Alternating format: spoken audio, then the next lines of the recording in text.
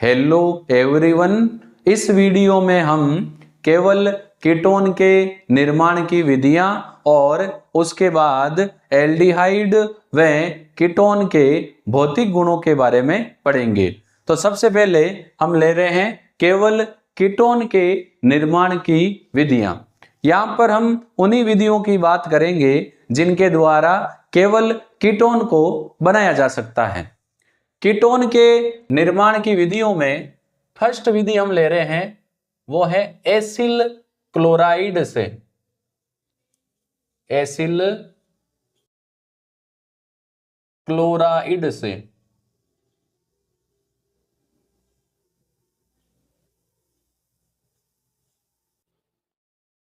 Acyl chloride की अभिक्रिया die alkyl cadmium के साथ करवाने पर हमें कीटोन प्राप्त होता है। एसिल क्लोराइड जैसा कि हमें पता है RC≡OCl, इसको हम बोलते हैं एसिल क्लोराइड। यदि हम इसकी रिएक्शन डाई एल्किल कैडमियम के साथ करवाएं R2CD, ये है डाई, दो है एल्किल कैडमियम,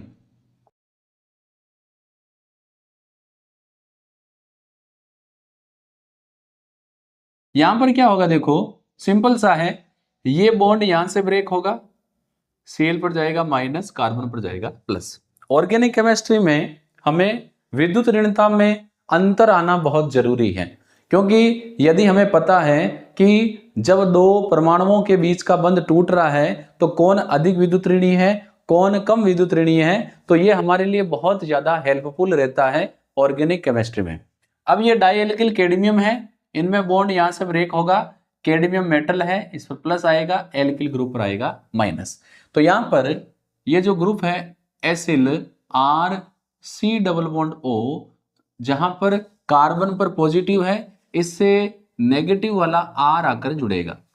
अब आपको ये नहीं करना है कि यहाँ R2 है तो यहाँ R2 ही करें, क्योंकि गलत हो जाएगा, कार्बन की वैलेंसी 4 से ज्यादा हो जाएगी। प्लस वाला CD क्लोरीन के साथ जाएगा तो ये बना लेगा CdCl। कैडमियम की वैलेंसी 2 होती है तो क्लोरीन आ जाएंगे 2। बैलेंस करने के लिए आप क्या करो, एल्किल 2 है तो इसको 2 से गुणा कर दो और इसको भी कितने से गुणा कर दो, 2। रिएक्शन अपने बैलेंस हो जाएगी और ये जो हमें मिला है ये क्या है, कीटोन। यहां पर जो डाइएल्किल कैडमियम हम यूज ले रहे हैं, इसको बनाने के लिए हम ग्रिग्नियर अभिकर्मक एल्किल मैग्नीशियम हैलाइड की अभिक्रिया करवाते हैं कैडमियम क्लोराइड से, CdCl2 से।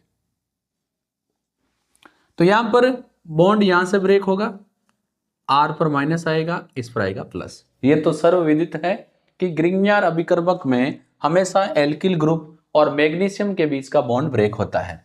और यहां पर ये CD प्लस वाला है, क्लोरीन क्या है, माइनस वाला। तो जो R है माइनस वाला प्लस वाले CD के साथ जुड़ेगा, कैडमियम वैलेंसी 2 रखता है तो एल्किल ग्रुप 2 आ जाएंगे, और ये जो MgX है इसके साथ जुड़ जाएगा Cl, तो MgX इससे आके जुड़ गया Cl। बैलेंस करने के लिए आप क्या करो, इसको 2 से गुणा कर दो और इसको भी कितने से गुणा कर दो, 2 से, रिएक्शन बैलेंस हो जाएगी। अब क्योंकि इस रिएक्शन में हम डाइएल्किल मैग्नीशियम काम में ले रहे हैं, तो हमें ये जानकारी होनी चाहिए कि डाइएल्किल कैडमियम कहां से बना है। ये एल्किल मैग्नीशियम हैलाइड यानी ग्रिग्नियर अभिकर्मक और कैडमियम क्लोराइड की रिएक्शन से बनता है। कीटोन निर्माण की जो सेकंड विधि है वो है अपने नाइट्राइल से।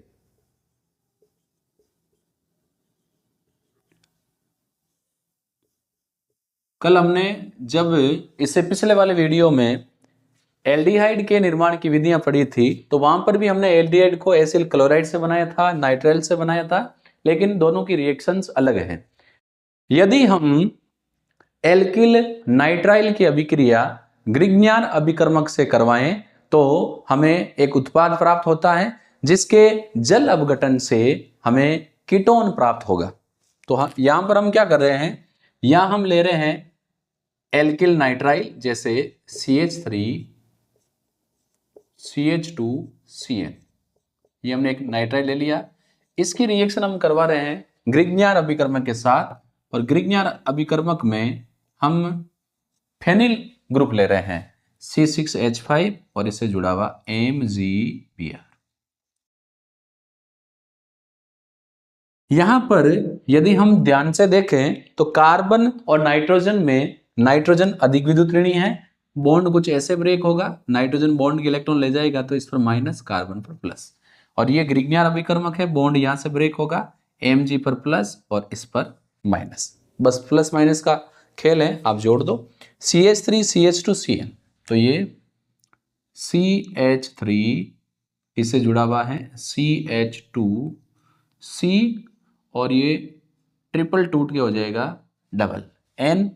N पे नेगेटिव है, इससे जुड़ेगा प्लस वाला MgBr,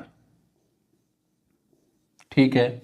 फिर जो कार्बन प्लस वाला है इससे जुड़ेगा माइनस वाला C6H5, ये जुड़ गया C6H5। बस इसका आप क्या करवा दो, हाइड्रोलाइसिस, जल अपघटन करवा दो। बॉन्ड यहां से ब्रेक होगा, यहां जुड़ जाएगा ऑक्सीजन और यहां जुड़ जाएंगे जल के दोनों हाइड्रोजन।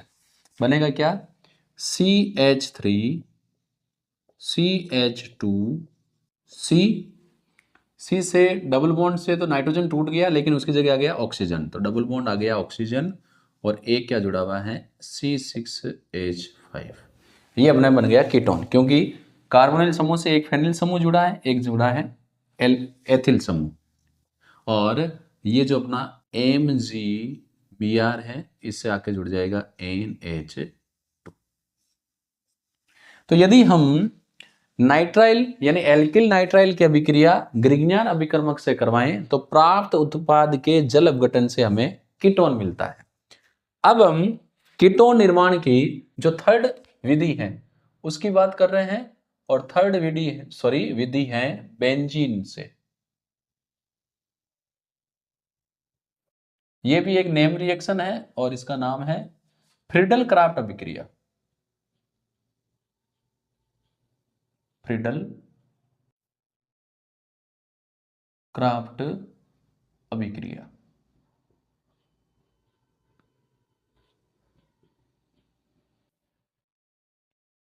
बेंजीन की अभिक्रिया निर्जल एल्यूमिनियम क्लोराइड की उपस्थिति में एसिल क्लोराइड से करवाने पर हमें कीटोन प्राप्त होता है।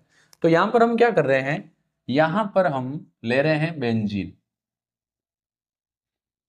तो ये हमने बेंजीन ले लिया, कोई दिक्कत नहीं है।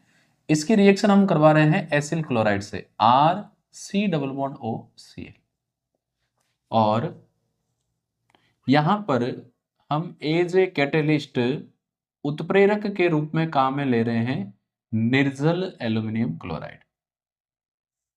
देखो रिएक्शन कैसे होगी, ये जो एसिल क्लोराइड है RC≡OCl, इसके साथ निर्जल एल्यूमिनियम क्लोराइड रिएक्शन करेगा और निर्जल एल्यूमिनियम क्लोराइड इस क्लोरीन को ले जाएगा, पीछे बचेगा एसिल धनायन, कार्बन पर प्लस है, और जो निर्जल एल्यूमिनियम क्लोराइड है ये क्लोरीन को ले जाके बना लेगा AlCl4-।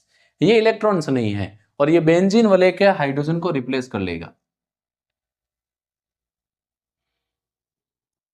सपोज करो यहां ये आके जुड़ेगा तो ये C≡O और यहां क्या है R, क्योंकि कार्बन पर प्लस है तो प्लस वाला कार्बन जहां ये जुड़ा है वहां के हाइड्रोजन को रिप्लेस कर लेगा, क्योंकि हाइड्रोजन को एक इलेक्ट्रॉन से नहीं रिमूव कर रहा है, निकलने वाला हाइड्रोजन भी H+ के रूप में निकल रहा है और उसकी जगह आ रहा है एक इलेक्ट्रॉन से नहीं एसिल समूह।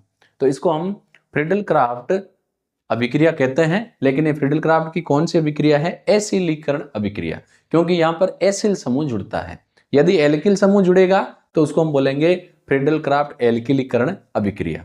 फ्रीडल क्राफ्ट अभिक्रिया को हमने हेलो एल्केन और हेलो एरिन वाले चैप्टर में हेलो एरिन की इलेक्ट्रॉन से नहीं प्रतिस्थापन अभिक्रिया में पढ़ा है, उसके बाद हमने फिनोल में भी इसको पढ़ा है। तो यहाँ पर क्योंकि एसिल समूह जुड़ रहा है इसीलिए इसको हम फ्रीडल क्राफ्ट एसिलीकरण अभिक्रिया कहेंगे, और यहाँ पर जो अभिक्रिया है ये एक इलेक्ट्रॉन से नहीं प्रतिस्थापन अभिक्रिया है, क्योंकि यहाँ पर हाइड्रोजन को दूसरा इलेक्ट्रॉन से नहीं रिप्लेस कर रहा है। अब जहां पर हाइड्रोजन था और जिसकी जगह एसिल समूह जुड़ा है, ये निकलने वाला जो H+ है, इससे एल्यूमिनियम AlCl4 माइनस जो है ये रिएक्शन करेगा, इसका Cl H के साथ आएगा, HCl बना जाएगा और AlCl4 माइनस वापस किसमें बदल जाएगा, AlCl3 में। एल्यूमिनियम क्लोराइड जिसका उपयोग हमने उत्प्रेरक के रूप में किया था और जैसा हमने इसको यूज किया है वैसा का वैसा हमें एंड में मिल जाएगा। तो इन तीनों प्रोसेस द्वारा एसिल क्लोराइड से, नाइट्राइल से और बेंजीन की फ्रीडल क्राफ्ट अभिक्रिया द्वारा हम कीटोन बना सकते हैं। अब हम आज के वीडियो का सेकंड पार्ट एल्डिहाइड व कीटोन के भौतिक गुण को स्टार्ट करेंगे। बोर्ड थोड़ा इरेज कर लेते हैं।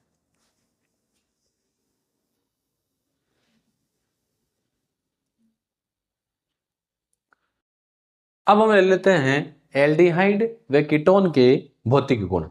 दोनों के भौतिक गुणों को हम शामिल रूप से पढ़ रहे हैं। फिजिकल प्रॉपर्टी में नंबर 1 हम ले रहे हैं अवस्था।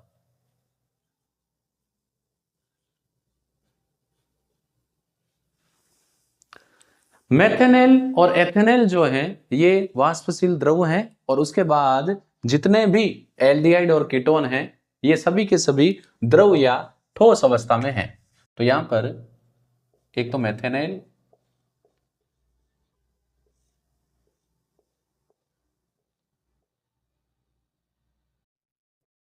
व एथेनेल,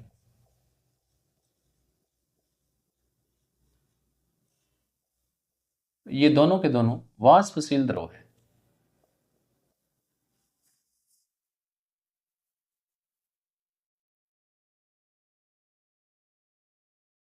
और अन्य जितने भी एल्डिहाइड और कीटोन हैं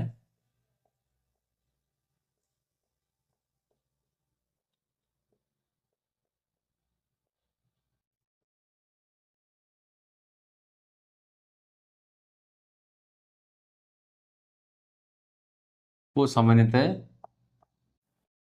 द्रव या ठोस अवस्था में होते हैं। सेकंड हम भौतिक गुणों में ले रहे हैं और वो है मेल्टिंग पॉइंट और बॉइलिंग पॉइंट, गलनांक व क्वथनांक।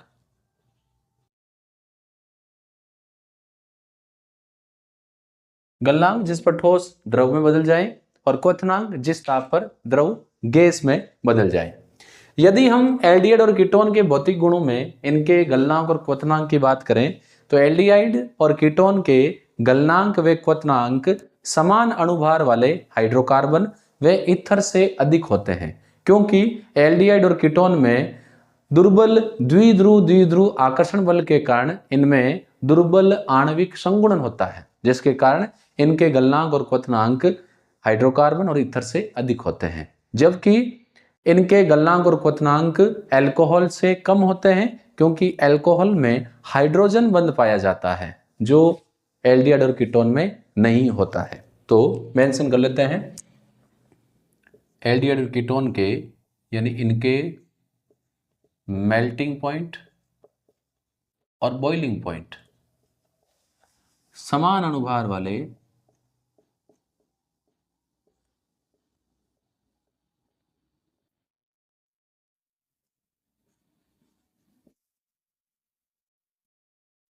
हाइड्रोकार्बन, शॉर्ट में लिख रहे हैं HC, व ईथर से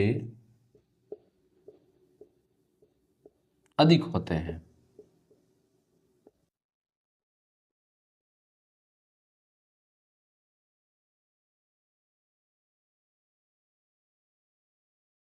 कारण क्या है?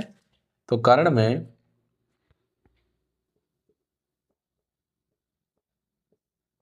इनमें एक आकर्षण बल होता है द्विध्रुव द्विध्रुव द्विध्रुव द्विध्रुव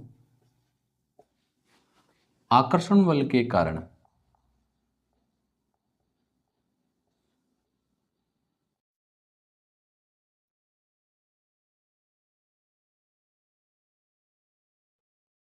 आणविक संगुणन होगा, लेकिन कैसा होगा? दुर्बल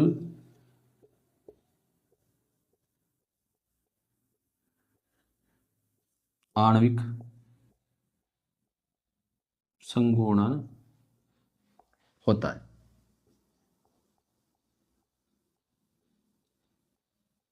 जिसके कारण इनके गलनांक और क्वथनांक समान अनुभार वाले हाइड्रोकार्बन और ईथर से अधिक होते हैं। ये आणविक संघनन कुछ ऐसा हम समझ सकते हैं, सपोज करो ये कार्बोनिल ग्रुप है, एल्डिहाइड और कीटोन दोनों में होता है, और ये दूसरा कार्बोनिल समूह। हमें पता है कि इस पर आंशिक ऋणावेश है, अधिक विद्युत ऋणी है, कार्बन पर आंशिक धनावेश अल्प विद्युत ऋणी है। सेम सिस्टम यहाँ है, आंशिक ऋणावेश धनावेश और आंशिक ऋणावेश। अब ये जो आंशिक ऋणावेश है इसके आंशिक धनावेश की ओर आकर्षित होगा, और इनके बीच में जो आकर्षण बल लगेगा वो अत्यंत दुर्बल है, और उसका नाम है द्विध्रुव आकर्षण बल। अब यदि हम गलनांक और क्वथनांक की बात करें तो ये सब पर लागू होता है, जो मैं लिख रहा हूं ये सब पर लागू होगा। 12th केमिस्ट्री के जितने भी टॉपिक्स हैं सब पर लागू होगा कि गलनांक और क्वथनांक जो हैं ये अणुभार बढ़ने के साथ साथ बढ़ते हैं, क्योंकि जैसे जैसे अणुभार बढ़ेगा वन डेर वाल्स बल बढ़ जाएंगे, लेकिन ये शाखन बढ़ने के साथ साथ घटते हैं, क्योंकि जैसे जैसे शाखन बढ़ेगा वैसे वैसे अणु की आकृति गोलाकार हो जाएगी। परिणाम स्वरूप पृष्ठीय क्षेत्रफल घटने के कारण वन डेर वाल्स बंद घट जाएंगे और एमपी और बीपी भी क्या हो जाएंगे, कम हो जाएंगे। अगला जो हम मेंशन करने वाले हैं वो है इनके यानी एल्डिहाइड और कीटोन के बॉइलिंग पॉइंट और मेल्टिंग पॉइंट एल्कोहल से कम होते हैं।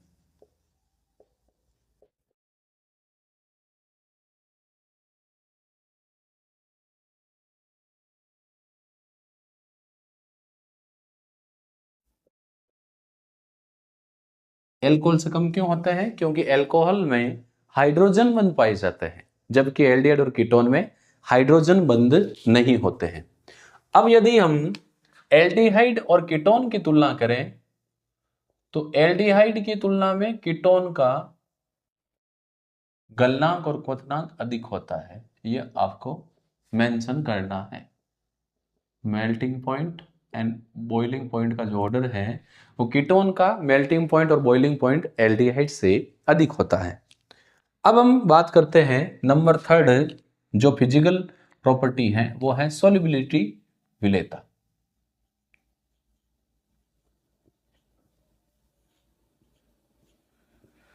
निम्नतर एल्डिहाइड और कीटोन में जल के साथ हाइड्रोजन बंध बनाने की क्षमता के कारण ये जल में विलय होते हैं, लेकिन जैसे जैसे अणुभार बढ़ता है वैसे वैसे इनकी जल में विलेयता घटती है, क्योंकि अणुभार बढ़ने के साथ साथ हाइड्रोकार्बन भाग का आकार बढ़ता है और हाइड्रोकार्बन भाग जल प्रतिकर्षी होता है, ये जल के अणु को दूर फेंकता है। इसीलिए बढ़ते अणुभार के साथ साथ जल में विलेयता घटती है और सामान्यतः उच्चतर सदस्य जल में विलय नहीं होते।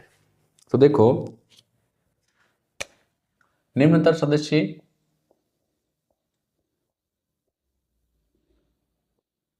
अब निम्नतर में सामान्यतः हम 3 का ही जिक्र यहां कर रहे हैं, मेथेनेल,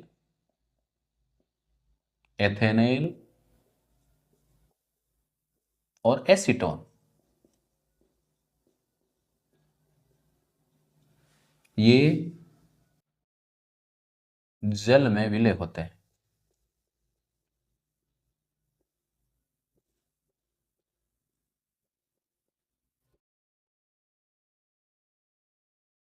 क्योंकि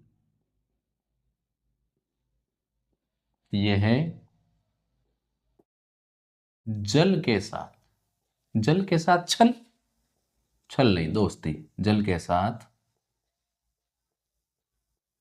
हाइड्रोजन बंध याराना कर लेंगे जल के साथ। क्या मेरे दोस्त, हम एक प्रेम का बंधन बना लेते हैं और सदा सदा के लिए प्रेम के बंधन में जुड़ जाते हैं। तो ये कुछ ऐसा होगा जैसे ये कार्बोनिल ग्रुप है और ये वाटर मॉलिक्यूल है HOH, और ये दूसरा कार्बोनिल ग्रुप। हाइड्रोजन बंध जब भी बनता है उसमें हाइड्रोजन परमाणु 2 अधिक विद्युत ऋणी परमाणुओं के मध्य आता है। तो देखो इस पर आंशिक ऋणावेश, इस पर आंशिक धनावेश, इस पर आंशिक धनावेश, इस पर आंशिक धनावेश और इस पर आंशिक ऋणावेश, आंशिक धनावेश। ये आंशिक ऋणावेशित इस धनावेशित की ओर आकर्षित होगा, ऐसे ही ये धनावेशित इस ऋणावेशित की ओर आकर्षित होगा। ये जो बॉन्ड है जिसको मैंने ब्लू मार्कर से दर्शाया है, ये है हाइड्रोजन बंध। तो जो निम्नतर सदस्य है इनमें हाइड्रोजन बंध बनाने की क्षमता के कारण ये जल में विलय होते हैं, जबकि उच्चतर सदस्य जो हैं, इसका मतलब ये हुआ कि जैसे जैसे अणुभार बढ़ेगा वैसे वैसे जल में विलेयता घटेगी।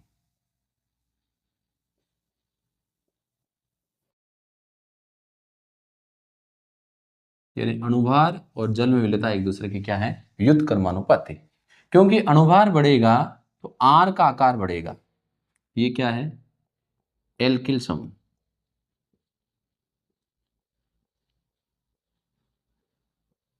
मान लो मेथेनॉल से एथेनॉल हो गया तो CH3 हो गया, एथेनॉल से प्रोपेनॉल हो गया तो C2H5 हो गया। जैसे जैसे अणुभार बढ़ रहा है एल्किल समूह का आकार बढ़ेगा, और ये क्या है, जल प्रतिकर्षी। ये जल के अणुओं को दूर फेंकता है। ये कहता पास नहीं आना वरना मार दूंगा। तो अणुभार बढ़ने के साथ साथ एल्किल समूह का आकार बढ़ता है, इसीलिए जल में विलेयता घटती है, क्योंकि एल्किल समूह जल प्रतिकर्षी होता है, ये जल में अविलेय होता है। लास्ट जो है फिजिकल प्रॉपर्टी वो है गंध। अब गंध दो प्रकार की होती है, अच्छी हो तो दुर्गंध और अच्छी हो तो दुर्गंध नहीं, अच्छी हो तो सुगंध और बुरी हो तो दुर्गंध। जो एल्डिहाइड और कीटोन है इनके निम्नतर सदस्यों की जो गंध है वो तीखी होती है। निम्नतर सदस्यों की गंध तीखी होती है, यानी नाक में ऐसे लगता है जैसे सुइयां चुभाई जा रही है। लेकिन जैसे जैसे अणुभार बढ़ेगा इसकी गंध की तीक्ष्णता घटेगी और सुगंध बढ़ेगी। तो निम्नतर सदस्य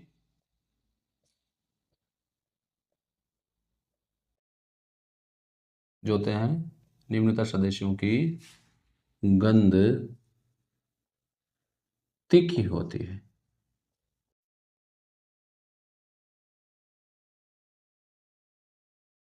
अणुभार बढ़ने के साथ साथ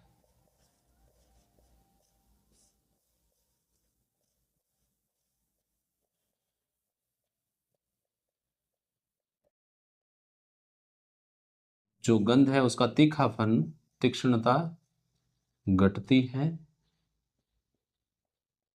वह सुगंध बढ़ती है।